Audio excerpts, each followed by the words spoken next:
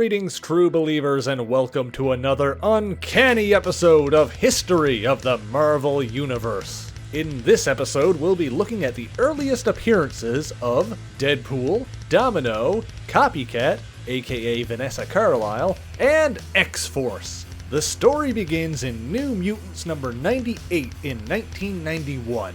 The leader of the New Mutants, Nathan Dayspring, aka Cable, was attacked in their bunker below the X-Mansion by a wise-mouthed red-clad mercenary calling himself Deadpool. Deadpool had been hired by a man named Tolliver to kill Nathan, but fortunately, the New Mutant Cannonball had been practicing suppressing the noise from his propelling blast field and was able to strike the mercenary from behind, rescuing his leader. The rest of the team soon arrived, but Deadpool seemed to be more than a match for his younger opponents. Before things could escalate further, however, Deadpool was taken out from behind by Domino, an ally that Cable had called in. This was also Domino's first appearance. Sort of. Nathan shipped Deadpool back to Tolliver, and Domino joined the team. In the issues that followed, the New Mutants went through several changes, with some characters leaving the team and others joining. As a result, the team was renamed and reorganized, moving out from under the X-Mansion and becoming X-Force, which consisted of Cable, Cannonball, Boom Boom, Warpath, Domino, Shatterstar, and Feral. After battling a terrorist group called the Mutant Liberation Front, Cable's new group caught the attention of S.H.I.E.L.D., specifically Agent G.W. Bridge, who decided to work with Department K, the covert ops branch of the Canadian government. Elsewhere, while on another job, Deadpool was attacked by a man named Garrison Kane, who at the time was using the code name Weapon X. During this fight, it was revealed that Deadpool was also part of the Weapon X program. The wise-mouthed mercenary was defeated just as Bridge arrived to recruit Kane. Apparently, Kane knew Cable from years prior, and so Bridge wanted his help in taking Cable in for questioning. However, while the two men talked, Deadpool used his personal teleporter to escape. He emerged again while X-Force, Spider-Man, and Siren, the daughter of Banshee, were battling the Juggernaut and Black Tom Cassidy at the World Trade Center. Cable and his team had just about won when Deadpool grabbed the villains and teleported away, bringing them back to his employer, Tolliver. Bridge arrived on the scene soon after, attempting to arrest the X-Force, but the mutant team beamed back to their ship and escaped capture, returning to their base in the Adirondack Mountains, where Siren formally joined the team. We later learned that Cable, Bridge, Domino, and Kane were all once members of a mercenary group called the Wild Pack, later renamed Six Pack, along with two men, Grizzly and Hammer. Despite that, however, it seemed that Domino was actually a spy for Tolliver, and when she didn't report back, Tolliver sent Deadpool to teach her a lesson. Deadpool infiltrated the X-Force base once again, and after defeating Shatterstar, he found and attacked Domino, who he called Vanessa, and implied a past relationship between the two. Deadpool and Domino, or rather, Deadpool and Vanessa, fought. Vanessa held her own, but Deadpool gained the upper hand and left her with a warning, reminding her that she belonged to Tolliver. During the fight, Deadpool also implied that Vanessa was not what she appeared to be, and sure enough, we see that Tolliver was keeping the real Domino held prisoner, while Vanessa spied on X-Force. Elsewhere, while all that was happening, Weapon X encountered the Mutant Liberation Front himself, and learned that their leader, Strife, was in fact Cable, or rather that Strife and Cable looked exactly the same. Kane brought this information to G.W. Bridge, and with the help of Department K and the backing of S.H.I.E.L.D., they formed a strike team called Weapon Prime, which also included Cable's old ally Grizzly and former New Mutant Richter. Meanwhile, X-Force discovered Domino's betrayal, but not her identity. Still pretending to be Domino, she insisted that Tolliver wanted revenge for a job that Cable had ruined, and that the money he paid her would be enough for Hammer's operation, implying that the six-pack did not part ways on the best terms. And so Cable came up with a plan. Domino would contact Tolliver, informing him of her intent to kill X-Force by destroying their base. Since their location was compromised anyway, Cable would blow up the base, and after Tolliver thought they were dead, Domino would lead them to him so they could take him by surprise. However, at that moment Weapon Prime arrived and the two teams battled. Furthermore, Vanessa built an override into the charges, and Tolliver detonated them prematurely. While everybody survived the blast, Cable and Domino were separated from the others. As the rest of X-Force escaped from S.H.I.E.L.D. custody with Richter, Cable and Domino went after Tolliver. Domino, or rather Vanessa, led Cable to Tolliver's lair, where they found the real Domino held captive. The imposter claimed that she thought the real Domino was dead, but before she could explain, she was stabbed in the back by Deadpool. Deadpool and Cable fought while Tolliver watched from the shadows, but when Cable started to overpower his smaller opponent, the evil mastermind fled. It appeared that Cable had won, and he began to free Domino, but Deadpool proved to be tenacious and renewed his assault.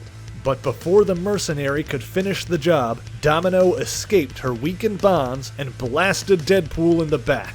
The two mutants chased after Tolliver, hanging onto his helicopter as he fled, but Cable convinced Domino to let go so he could destroy the helicopter with Tolliver on board. Although in the aftermath of the explosion, Tolliver's clothes and face could be seen floating in the water. Cable and Domino were separated once again, but not before Domino promised to find and protect X-Force. Deadpool, of course, survived his injuries and found that Vanessa had also escaped. We later get some clarity as to how this rivalry between Cable and Tolliver began in the two-issue miniseries Cable, Blood and Metal. Cable's mercenary team, the Six Pack, was hired by Tolliver to clear his opium route of Soviets. However, Cable discovered that his arch-nemesis, Strife, was in charge of maintaining that route. At Cable's command, the Six Pack fought against Strife, and in doing so, betrayed Tolliver. Eventually, the Six Pack tracked down one of Strife's strongholds, where they were able to copy all of his databanks onto an info disk. They set timed charges to destroy the facility, but before they could escape, Strife portaled in, taking them by surprise and holding Kane aloft by his neck. Having blocked their teleporters, Strife demanded they give up the disk, in exchange for Kane's life. Hammer agreed and attempted to hand over the disk, but Cable protested, and when Hammer didn't listen, Cable shot him in the back, inadvertently paralyzing him. It was all for naught, however, as Strife telekinetically grabbed the disk and escaped. With his teleporter not working, Cable slipped through time to escape the explosion, abandoning his team to continue the fight against Strife. Kane, however, was caught in the blast, which badly injured him, leading to his involvement in the Weapon X program. Back in the present day, Kane tracked Cable to his safe house in the Alps and confronted him about his likeness with Strife, which Cable was genuinely shocked by. The two men hunted down and confronted Strife again, and when Strife nearly killed Cable, Kane intervened and rescued him, but was injured in the process. This time, when Cable was presented with the choice of killing Strife or saving his friend, he chose to escape with Kane, bringing him to the far future where he was able to properly rebuild his body, giving him synthetic organic liquid metal arms. Meanwhile, back in the present, Vanessa Carlyle had returned to her apartment and was consumed by sadness. Her roommate Tina was eager to help and finally convinced Vanessa to come out of her room, although she shapeshifted to look like Tina, not wanting her friend to see her true form. The two women enjoyed a night on the town, which came to a screeching halt when Deadpool, or Wade as Vanessa called him, arrived and attacked. The twins ran, but Tina was shot and killed by another mercenary named Sluggo, and Vanessa escaped. And while all of this was happening, Domino reunited with the former Six Pack members Grizzly and Hammer, intending to keep her promise to Cable by finding X-Force. Vanessa returned home and began packing her bags, but before she could leave, Deadpool and Sluggo arrived. However, the two mercs were shot from behind by Domino, her team having tracked Vanessa's mutagenic signature. Domino wanted to kill her former imposter, but Vanessa offered information on the location of X-Force. Domino reluctantly agreed, and Vanessa used her gun to fire several more laser blasts into Deadpool and Sluggo, explaining that it wouldn't be enough to kill them, but it would buy them enough time to get away. While all of that was going on, Kane had returned to the present day with Cable. The two traveled to one of Cable's safe houses, where they found G.W. Bridge, who had left S.H.I.E.L.D. after an argument with Nick Fury. The reunion between Cable and Bridge wasn't exactly friendly, but Kane explained that they had brought technology back from the future that could allow Hammer to walk again.